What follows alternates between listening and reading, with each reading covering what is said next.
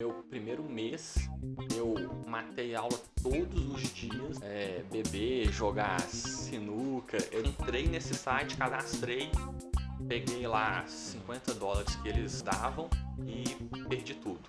Eu devo ter feito tipo $1 milhão jogando poker online enquanto eu fazia a faculdade.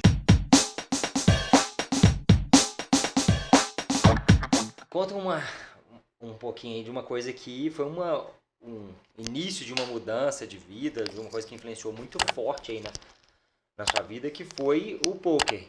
E o poker você teve contato com ele na faculdade. Uhum. Então, muita gente dessa faculdade, né, tem lá os DCF, a galera fica jogando sinuca e tudo mais. Uhum.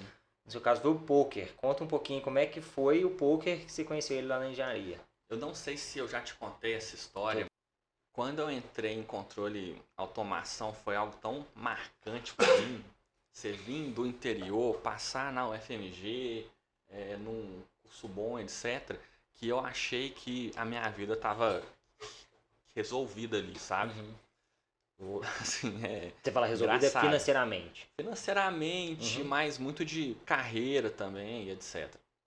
E aí, no meu primeiro semestre, no meu primeiro mês, eu matei aula todos os dias para ir ou pro DCE ou pro bar, beber, jogar sinuca, etc e tal.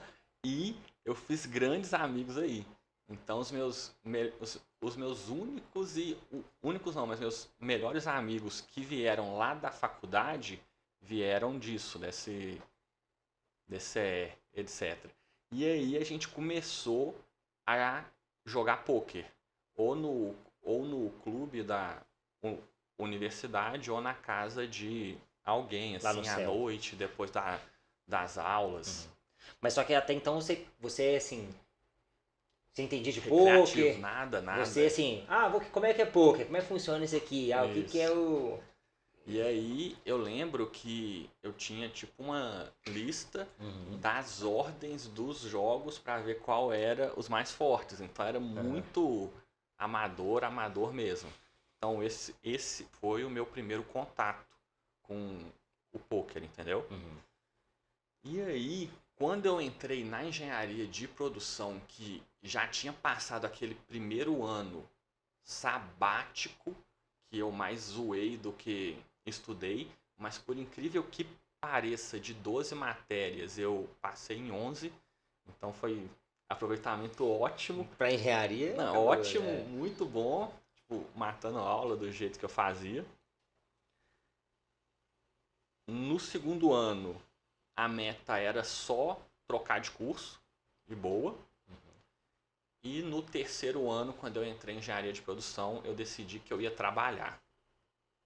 Então, quando eu decidi que eu ia trabalhar, eu tive algumas oportunidades, que era trabalhar com um professor na parte mais de engenharia e economia também, que eu já estava tendendo para esse lado. Eu tive oportunidade em um site que estava contratando, mas era trabalhar com suporte, e eu tinha o poker ali do lado, que eu não considerava trabalho, só que já tinha 2 anos que eu conhecia poker. Nesse meio tempo, a gente achou os sites que tinham conteúdos de poker estratégicos, e eu e essa minha turma lá da Controle Automação, a gente começou a ler bastante sites que passavam conteúdo técnico estratégico sobre poker. E aí existia a pokerstrategy.com, que é um site que te dá dinheiro para você jogar poker online, e eles ganham lá de um jeito que eu não vou aprofundar aqui porque não é muito tema. Mas eu entrei nesse site, cadastrei, peguei lá $50 que eles davam e perdi tudo. Só que aí aquela coisa, né? Eu tinha 20 anos mais ou menos, imaturo e tal, algo que eu não faria hoje outra vez, mas eu comecei a fazer contas em nome de mãe, vó, amigo. Vai pegando Pegava 50 dólares. 50 perdia, pegava 50 perdia, pegava 50 perdia, pegava 50. 50 e perdia. Até que um dia, esses 50 viraram 770. E aí eu olhei e comecei a ver que eu podia dar bom ali. Aí eu falei, não, vou sacar uma parte para ver se esse trem dá bom mesmo.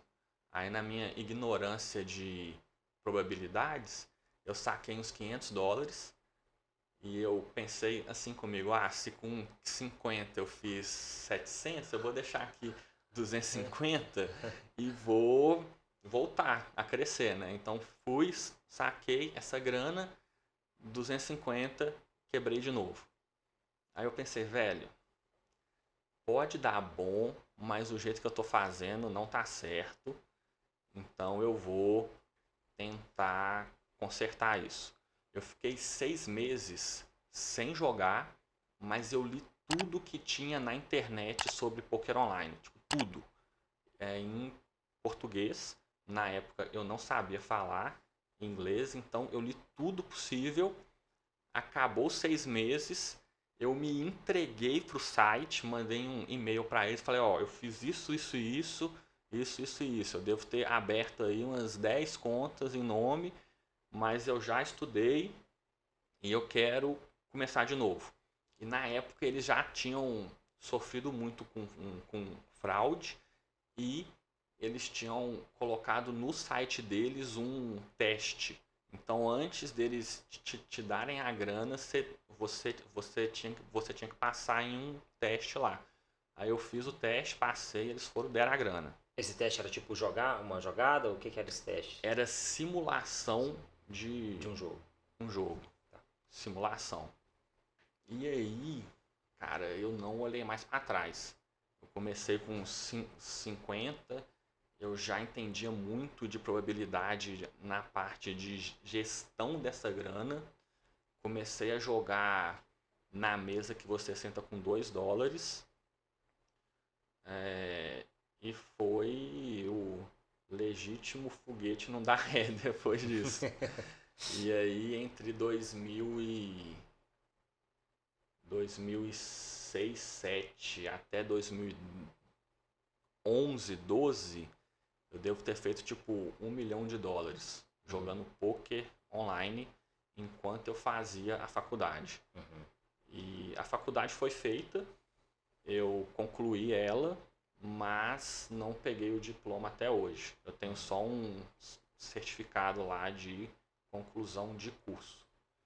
Só por caso assim, foi preso, pelo menos, né? Vai lá e busca. Exatamente. Enfim, não fica na cela comum. Só que, deixa eu só te interromper antes. Poker é um jogo técnico. Você tá lá na frente do computador, você sozinho, e eu não sou técnico. Então hoje isso pra mim é muito claro. Eu não sou técnico, só que na época não. Foi dos 23 aos 29 anos que eu joguei. Alguma coisa assim, eu nem lembro direito. Mas eu sei que no final eu já estava ficando infeliz com aquilo. Então foram 5, 6 anos jogando até que eu parei, mais ou menos na época que eu concluí a faculdade também, que foi num ritmo mais lento. Eu fazia metade do semestre em um semestre, em questão de número de matérias.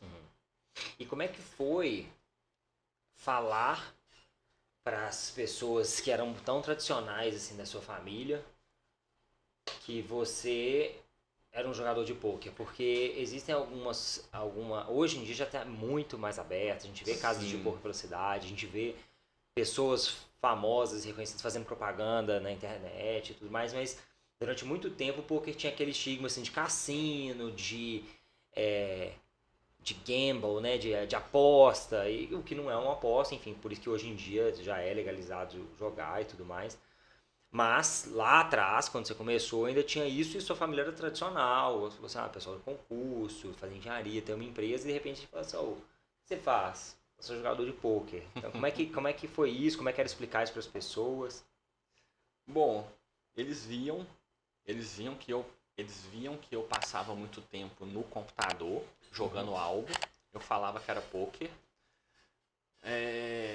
Todo mundo perguntava, pressionava, mas quando você sai muito do padrão, as pessoas sempre vão questionar, muitas vezes querendo seu bem, elas vão duvidar, elas vão querer que você volte para o caminho tradicional, e a única maneira de quebrar isso é mostrando resultado.